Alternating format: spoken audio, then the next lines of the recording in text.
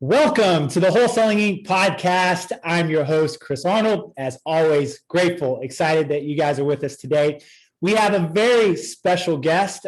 Really excited about this conversation. The guest we have, Brandon Turner from Bigger Pockets and also Open Door Capital, has come over from the Bigger Pockets clan to talk to us today, specifically about multifamily and the new book that he has out. And here's what you're going to get today. You know my style, I like to give you the meat. We're going to talk specifically about how you make the jump, the transition from doing small multifamily like a duplex, triplex, or something along those lines, and how do you move over to the big deals? That is a transition that I have seen for a lot of people, a jump that's hard to make. It feels like that's a pretty big chasm, but Brandon Turner is going to come in today and speak specifically about some steps. And obviously we're going to get a little bit into mindset on particularly how you begin to transition and get ready to play ball with the big boys. So Brandon Turner, what's up, buddy? Welcome to the show, man. Dude, welcome. I should say thank you for welcoming me. You're like me, so used to hosting, like we get everything backwards all the time. That's all right. No, the reality is I'm just taking over the show right now. Welcome to the show, everyone. We got our guest today, Chris Arnold, and we're going to be talking about real estate. Anyway, man, thank you for having me. This is going to be fun.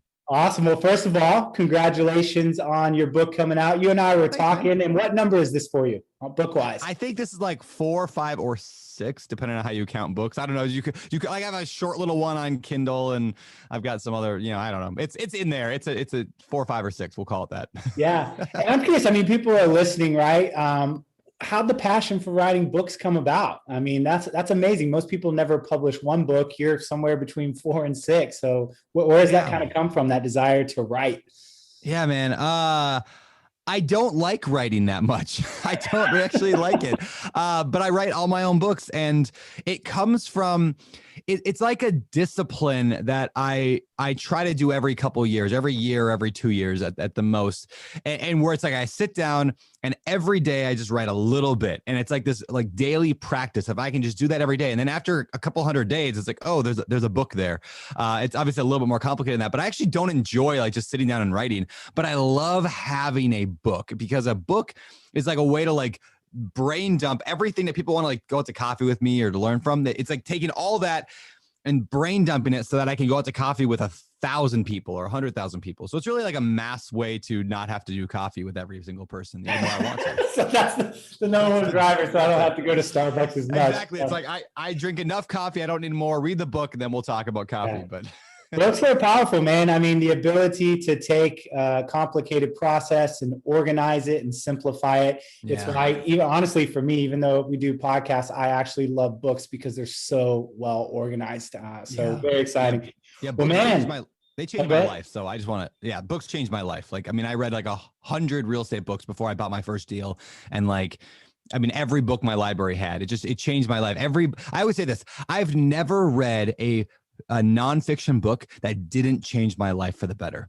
Like I've never read one that didn't change my life. And even the worst nonfiction book I can think of reading, like I don't even know what that'd be because I love every book I read pretty much. But even like the worst one somehow positively affected my life in a different way. Yeah. It set me on a little bit better path. So I'm a huge reader. There's the old phrase, right? Leaders are readers. And I heard one time, if you're not going to read, then stop and get out of your leadership position because you're not going to lead well for long. So I think that's really important. Man. So whether you read, hey, I'm an Audible guy. So I sit there with my notebook, turn on the Audible, and I literally take notes. So by the time I'm done with the book, I've got 4 to 6 pages of notes that have summarized that whole book. So it doesn't matter what your style is, man, just get the information into your brain. So, man, let's talk about this subject.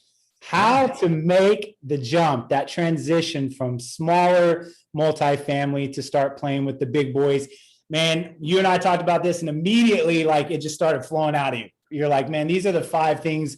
Man, if I had to come in and talk to the tribe at Wholesaling Inc., what I'd want them to understand, here's what they need to know. So let's get into this. Number 1, and I love this, literally you just came right out of your mouth, but committing to quitting. That's the first thing you would say about this transition. What do you mean by that? Break this down for us. Yeah, committing to quitting. Here's the idea with this. So when this actually applies to like wholesalers as well, flippers, any like small landlords, like this concept will it changed my life. I hope it changes yours. And the idea is this. early on in my, I'll give it a little story here. Early on in my real estate business, I did some flips, got some small rentals, just kind of like getting warmed up, trying to figure out my way through this real estate world. And I remember like thinking how much I hated talking on the phone to tenants. I had like 3 tenants at the time. I hated when they called me.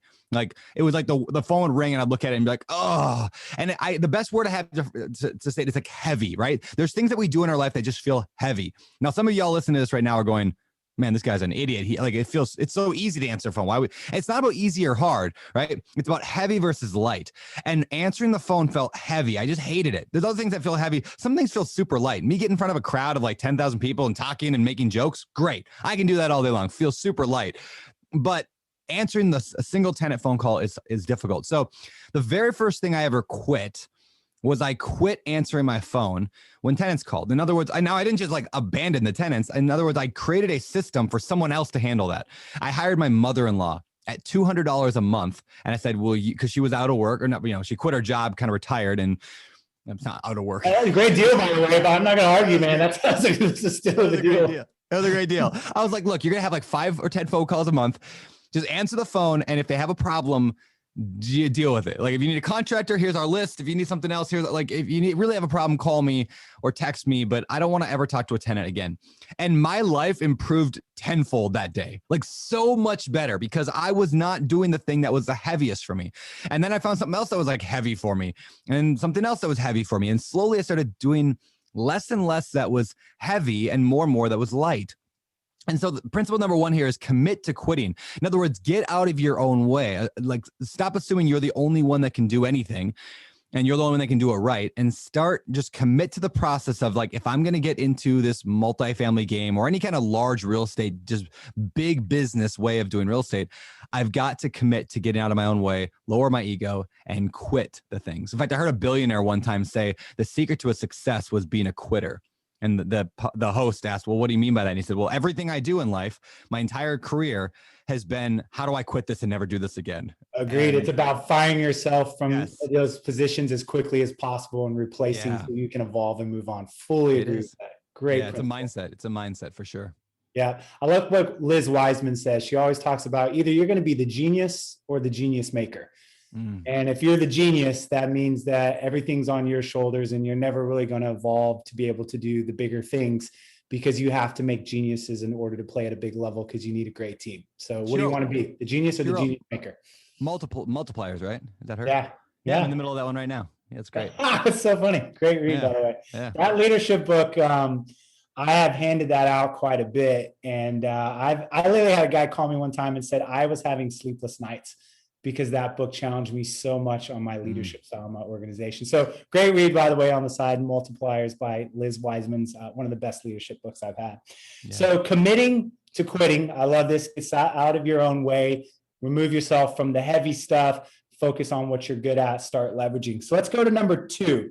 Yeah. Getting around the bigger players. And you said this, definitely the phrase that pays here, where big deals are not a big deal. Talk about the importance of this transition. Yeah. So I interviewed this guy once on my podcast. His name was Kevin, and he had very first year in real estate. He was flipping houses, but I'll relate this back to multifamily in a second, but he was flipping houses. His very first year flipping houses, he flipped 100 houses. He didn't scale up and buy like 1 the first year and 2 the next year. At the time, I'm flipping like 1 or 2 houses a year. And he's like, yeah, the first year I got started and I flipped 100 houses. And I was like, whoa. I was like, what do you mean you flipped 100 houses? And he's like, well, all my buddies were in real estate and I wasn't in real estate, but all my buddies were in real estate and they were flipping around 100 houses every single year. And so when I started, and this is the phrase that got me, he said, when I started, I didn't know that's not the way most people do it. Like, I didn't know that's not how it's done. In other words, he got around people who doing 100 deals a year, just like, that just wasn't a big thing. That was a very normal thing. And so because of that, he started at this mindset level where that was just a normal thing. So the idea being, you want to get around the people who are at the level you want to get to it's just no big deal for them. It's not, it's like, well, whatever. And kind of my story about how I got in from small to larger multifamilies. I went to a conference. I think it was Joe Fairless's best ever conference out in Denver, like 3 years ago. And I'm there. And I up until that point, I had only done small deals. I mean, the biggest property I had was a 24 unit, but I treated it like a small deal. I changed every toilet myself. I painted every unit myself. I mean, I did everything myself. I treated it like a single family house or whatever. It wasn't a business. It was very much a hobby. So I go to this conference and I'm on stage speaking because I got a loud mouth and they put me on stage sometimes. And I realized I'm the least qualified person in that room by far. I mean, everybody there is doing these huge multifamily deals and self-storage and syndication and mobile home parks and all this stuff. And I'm like, I got myself another duplex. And like, I felt so inadequate at that moment because I didn't deserve to be there. And what I realized was not that I'm going to be happier if I do bigger deals or that my life is going to suddenly improve, but I wasn't happy because I knew I was taking the easy way out. I was living inside my comfort zone and I was like, yeah, this is fine. So I committed at that point where I was like, I want to get around more people like this. I want to be in rooms where like, oh yeah, we just took down a 200 unit property. Not a big deal. I got an email from a guy this morning. He's like, hey, you want to join me on this 450 unit property? I'm like, yeah, that sounds cool. Like today, like that's not a big deal. Like I think about 2-3 years ago, if I would have got the email, I've been like freaking out. Like, what do you mean I can't do? But big deals are not a big deal anymore because I got around people who had that mentality. Big deals aren't a big deal. I think it's huge. And the fact that you felt that way in that particular room, for me, that's evidence that you were exactly in the right room. You know, I can remember this was probably like, man, this was a long time ago, maybe a decade ago. I literally kind of squeezed into Entrepreneur Organization, EO. Not familiar, again, it's a global network of entrepreneurs. You got to do like a minimum of $1 million in revenue to get in, but there's such big players in there. And I remember we went on a retreat with our forum, and we did this exercise that was called Start, Stop, Continue. And what you would do is you'd fill out a card for each of your forum guys. And these are guys that are running companies that are doing 20 million a year in revenue and up, right? There are a couple of guys that have private jets. Like I was not supposed to be in this room. But again, I worked my way in because I was like, I got to be in this room. And nobody knows what they're writing on your cards. And I actually, Brent, I still have these cards. When I got mine back, there was a consistent theme across it on the one thing to start doing. And they literally, like 4 out of the 8 guys wrote the same thing. And it just said this: think bigger. Yeah. And it changed my life to be around those guys, to recognize the one thing they saw in me in order, because again, they wanted to raise me up. They wanted me to play at the level they were playing at, was to think bigger. And I just imagine you walking into that Fairless, conference that you went in, and you just walked away going, man, I just got to think bigger. Yeah, that's it. And you get around people who thinking bigger is a natural, automatic thing. You know, I'm part of a group called GoBundance, right? And and GoBundance is like, when people ask me, like, what do you get out of that? Same thing with EO, right? It's like, what do you get out of it? Well, on a day-to-day basis, can you say like, this is the impact I made today? Not usually.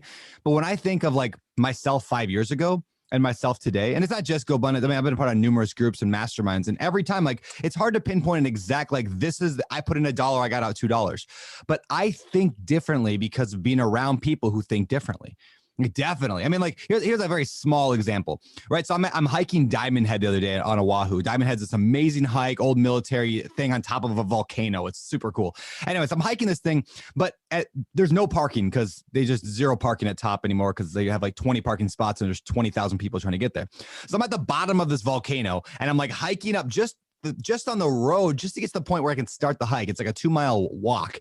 And I'm like, man, how has nobody started a business? Then I start thinking about the business. I'm like, okay, so I could, like, not that I'm gonna do this, but I'm like, I would buy a car, I like a minivan, and then I would just charge people at the bottom of the hill $20 to drive to the top of the hill. And I'd make like $100 per drive up, and then I charge people to go drive down the hill. And that's like level 1 basic thinking. How most entrepreneurs start is thinking that level. But then I'm like, no, I wouldn't do that. I don't want to drive a car all day. I was like, no, I would hire someone to go and drive that car, right? That's thinking bigger. They would drive that car to the top of the hill. They'd charge $20, and I would sit on a beach and be making a few $1,000s a month in passive income from running a business. And I'm like, wait, no, I wouldn't want to do that either. That's still like level 2, like business, which is fine. Nothing wrong with that. But like, you're like dealing with the personnel and the hassle and all that. And I'm like, what's thinking bigger? I'm like thinking bigger, and I don't have a great answer for this one, but like thinking bigger is like creating a ride sharing company called Uber that allows anybody to have a car and drive up the thing. You know what I mean? Like there's different levels of thinking bigger, but most of us, if we're entrepreneurial at all, we think like, okay, well, I can just go do the work myself versus thinking bigger. So anyway, yeah, getting around bigger people to do bigger deals where that's just the normal thing, it just changes the way you think, it changes the way your mind, like the where those synapses like 100% jump to. It does, man. It's a great point. So number one, committing to quitting. Number two, getting around the big players. Let's go to number three, mastering the underwriting, understanding this deal or no deal. Talk about this. Yeah, just like all real estate, just like a wholesaling, flipping, rentals, every property has a number that could make it a good deal. And so for those who are listening to this that maybe have done a few deals before, maybe you're pretty experienced at this point with the smaller stuff, you know what I mean by like, when you look back on your life in the beginning, like you didn't know how to analyze a property. When I say underwriting, what I really am referring to is like the process of analyzing a deal, beginning, middle to end, knowing how much you can pay for it and feeling comfortable with it. And so in the beginning of like any kind of real estate thing, if you don't know how to look at the numbers and how to analyze it, it's scary. But if you are a master at knowing the numbers, and if you're confident, like, yeah, that's what it's worth. Like that, I could sell that property for $200,000 and needs $30,000 of repairs. Blah, blah, blah. I could pay $110 for it. You feel super confident then going into those conversations with the seller because you're, oh yeah, I know my numbers. I got them. So the better you know your numbers, the easier and the less fear you're going to have, and the more likely you'll be able to make a good offer and then be able to build a kind of a system around going after deals. So when I say like master underwriting, it means you're going to have to run the numbers on a lot of larger multifamily properties if you want to get into multifamily. Like it's a different game. It's the same math as a normal rental. Like, I mean, you buy a duplex and you've got your money coming in and your money going out. That's basically the same thing. But there's so many more components to it. And it's kind of multidimensional when you get into the larger deals that you have to understand everything from, what's the water bill going to be? What's the sewer bill going to be? Like that's all, good stuff. But then you got to think of assumptions in the future. Like, what do we think appreciation is going to do in this market over the next 7 years? Is it going to be 1% per year? Is it going to be 5% per year? And so we have to make assumptions and try to predict the future you can't be off. I mean, like people are off, right? We can't predict the future, but you don't want to be off because you're trapped in that deal once you buy it. And so you really need to be conservative. Yet at the same time, if you're too conservative, you're never going to deal. So master underwriting is run the numbers, look at dozens, if not hundreds of large multifamily deals and figure out like, how can I feel as really comfortable knowing this analysis is the true and correct analysis to the best of my ability. Now I can go forward and make an offer. So it's just knowing your numbers. It's funny. The very first fix and flip coach I ever hired. So this would be my first investor coach, right? It was me and my business partner. We had not flipped properties before. And he was like an old school guy, right? Been in Dallas, Fort Worth forever, done, thousands of deals, been in the game for like 40 years.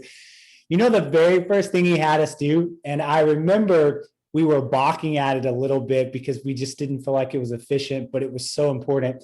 He's like, you need to go walk these 25 properties and you need to report back to me on the repair amounts and what you think about the deal. Yeah. And exactly what you were talking about, he understood that the first thing he needed to teach us was how to underwrite a deal and to be comfortable walking houses. And I can remember going, it's going to take us to walk 25 properties and do this. But we did it, and it's exactly what you're talking about. By the time we were done with those 25 properties, when we walked into a deal that was our own, we were already more comfortable with understanding the property, the rehab that was needed, and so forth. He was building confidence by increasing our ability to understand and underwrite. So great. You have to get your reps in. Like you have to get your repetitions over and over and over and over. And so whether you're trying to buy your first wholesale deal, flip, rental, it doesn't matter. But especially on the large multifamily where there's millions of dollars involved, like you've got to get your reps in before you start making offers. And to do that, you just analyze a ton of properties, walk a ton of properties, talk to a ton of investors about how they do their numbers, watch YouTube videos on it, pay for a course or a program or get a coach. Somehow get your reps in so that you can feel more comfortable going forward. I like it. Great and practical. Let's go to number 4. Yeah. Building your network and personal brand in order to be able to raise private capital. This is important. Continue to raise a lot of private money, whether that be for doing deals or, buying companies, whatever that looks like. This is something I see people, Brandon, even at a high level, struggle with. It seems like raising particularly private capital, not bank capital, can be an enigma for people. So talk about this, because this is a big one. Yeah. So if you want to raise any kind of money, most likely if you're going to go in the multifamily, you're going to be raising money, right? So if you're going to be raising money, you've really got to get around people who have money. And this is hard for a lot of people. So I want to talk about some of the things that have worked for me. Obviously, I'm in a special spot. I got a big podcast. So do you.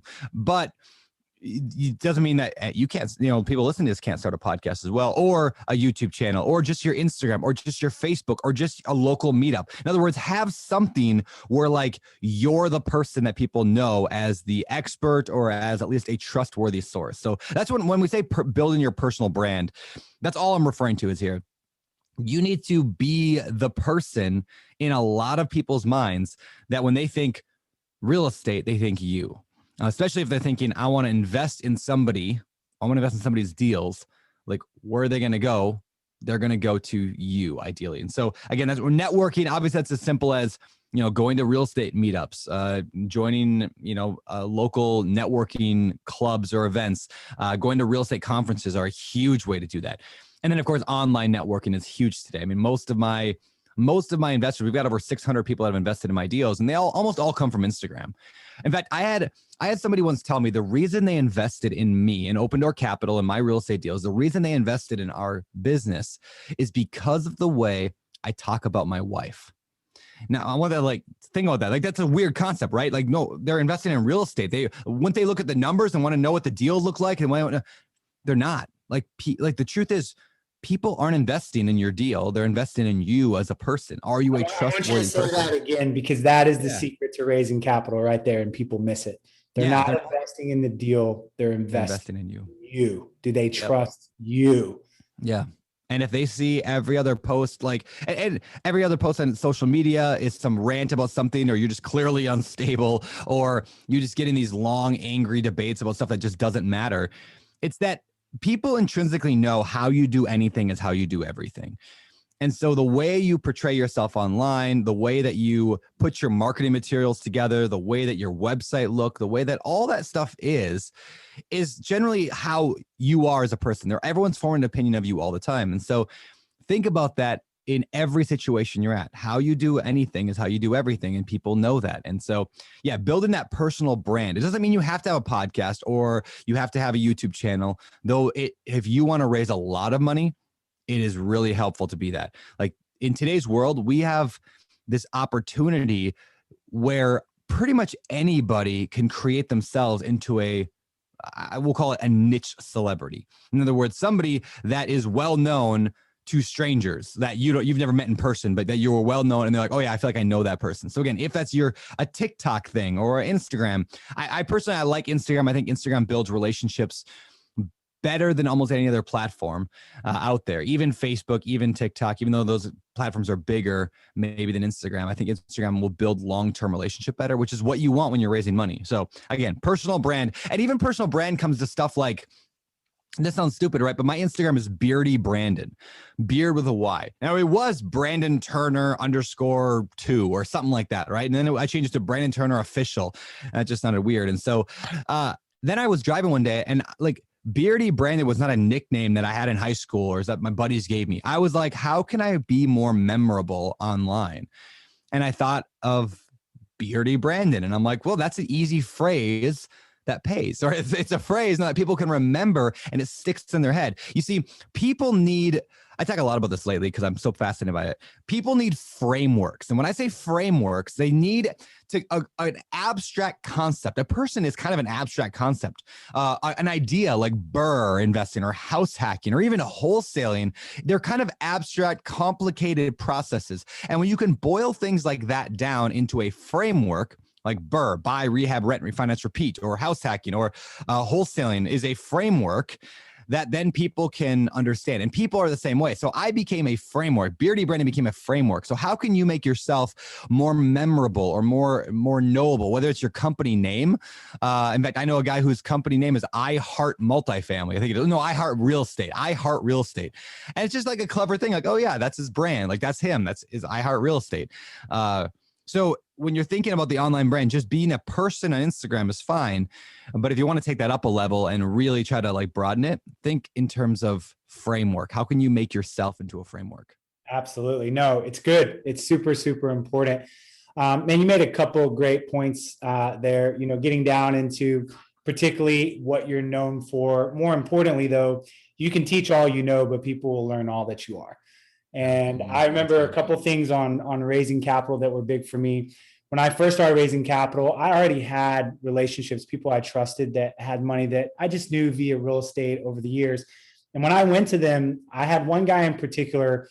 He said, Chris, I will lend on any deal you do. And it's because of this.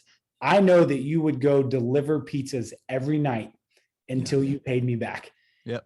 As that's the reason I'm giving you the money. And I don't know about you, Brandon, but most of the time now when I call my lenders for raising capital, they don't even look at the deal. They just say, how much and when do you need it by? Yeah. I don't even talk to them in between. They just send it back on the date you say you're going to send it back on, because there's that level of trust. Like if I give it to Chris, I can trust that I'm going to get paid back. And that makes a big difference in raising capital. That's why raising capital is such a personal relationship thing. It really is, man. I've invested in other people's syndications before and put my money with other people, right? And I would say, no, I can say right now, I've never read the PPM, like the really big, long legal document that comes from. I've never read that of anybody's. I've never even looked at an executive summary, like the summary of the deal, more than about 3 seconds. I'm like, okay, yeah, cool. Now, why? Like it seems horrible advice you'd give somebody. I wouldn't tell you to do that. I mean, everyone should go out there and read all their documents and whatever. But the truth is, and this is what I say to people who ask me, they're like, well, what, are you going to invest in, XY, Bob's deal over there? Bob sent out his PPM. Are you going to invest in it? And I'm like, yeah, I am. And they're like, well, what do you think about, like, I'll have friends be like, what do you think about the fact that he only has $37,000 a unit planned for painting and his landscaping budget? I'm like, do I trust the guy or not? Like, is he going to do, like, I don't know what paint costs. I don't know what a new door costs. I don't know any of that thing with the property. So it ultimately comes down to, do I trust that person to do what they say they're going to do? Do they have integrity to do what they say they're going to do to everybody and to themselves? And if I do, then yeah, I'm going to give them the money, because their guess is as good as mine, but I'd rather have them driving the ship than me driving the ship with my money. Like if I'm just going to go throw it in a bank account or something like that, it sounds silly. Now, today I invest in all my own deals instead of mostly other people's, but like the bottom line is, like, I either trust or I don't trust somebody. And that trust is built over time. The trust is built, I call it the kite principle, actually. I'll give you another framework, right? So if you want to raise money, whether it's for wholesaling, flipping, or big multifamily, there's like these 4 principles you got to have down. I wrote them down. Number 1 is knowledge. So it's an acronym, KITE. Number 1, you got to have knowledge. If you're and that's free, right? Read a ton of books, listen to a ton of podcasts. You should be able to, if you're going to get into multifamily, you should be able to tell me what the difference between a 506B and a 506C is.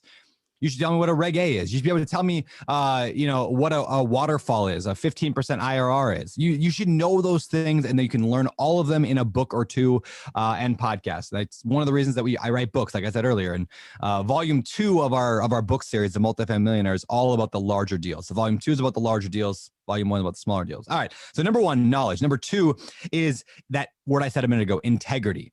Do you do what you say you're going to do in every situation? I mean, that even comes to like when you put on your Instagram that I'm going to lose 20 pounds, or you put on your Facebook, I'm working out right now.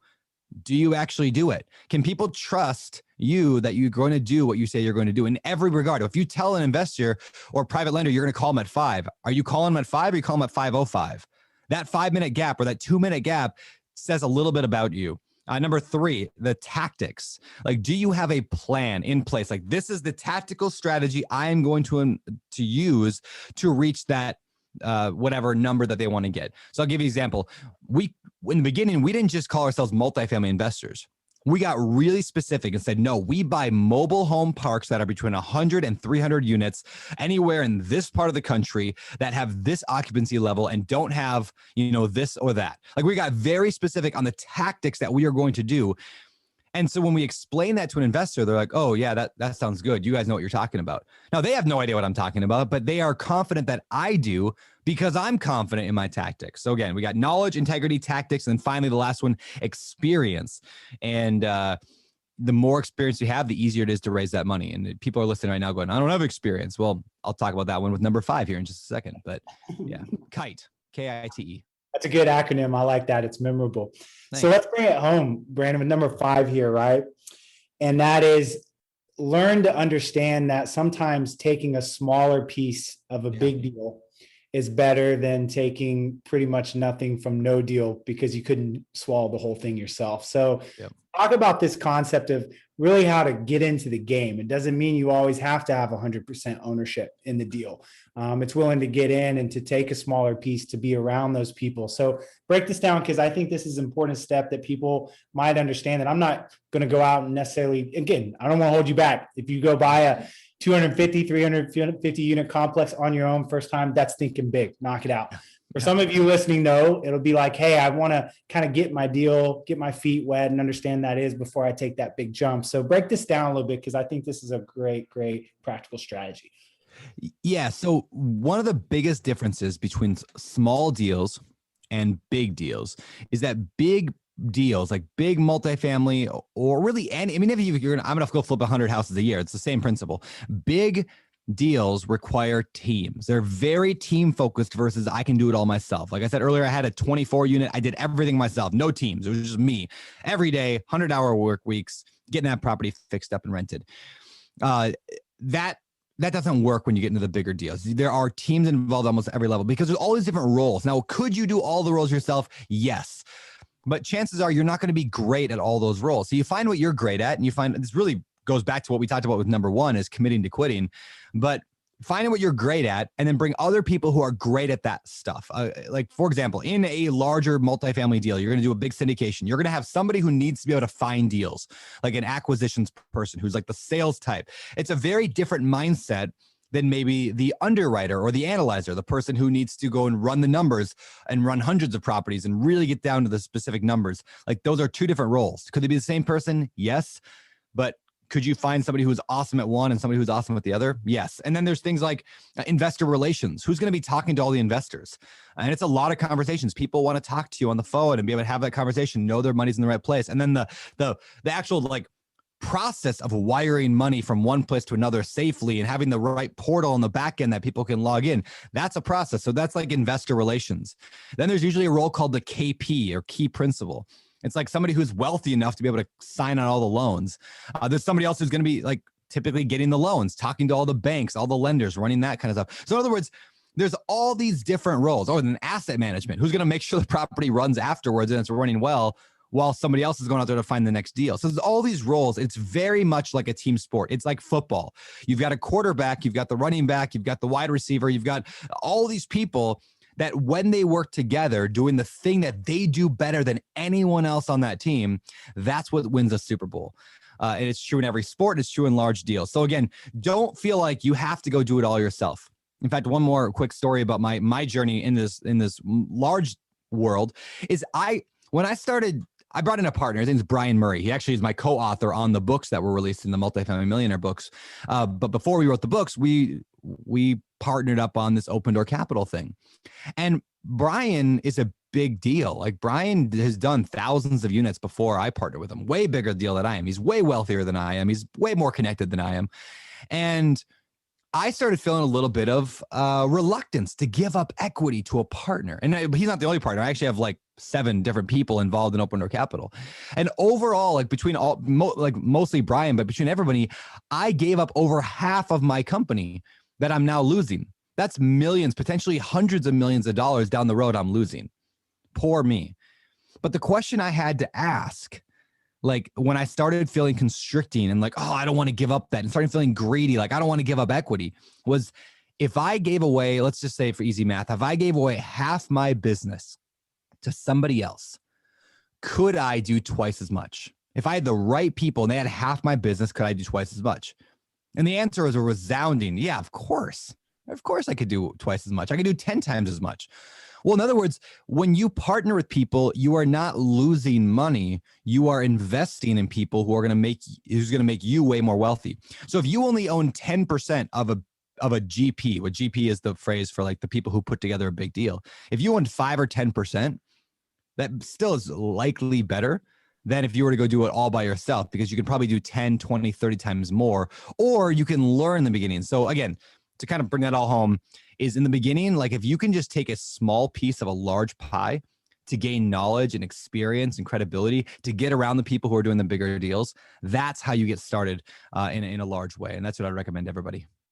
Completely and absolutely worth it. So I love that. It's always the question, do you want 100% of $100,000 or do you want 50% of $1 million?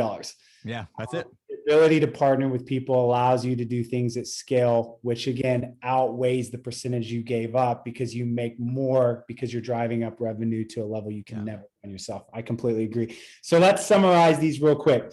Number one, as you said, committing to quitting. Number two, getting around the big players where big deals are not a big deal. Number three, mastering the underwriting, understanding if something is a deal or no deal. Number four, you've got to network and really work on your personal brand to gain the trust to raise capital. And number five, be willing to take a small piece of a big deal if it gets you in the game. So I love it.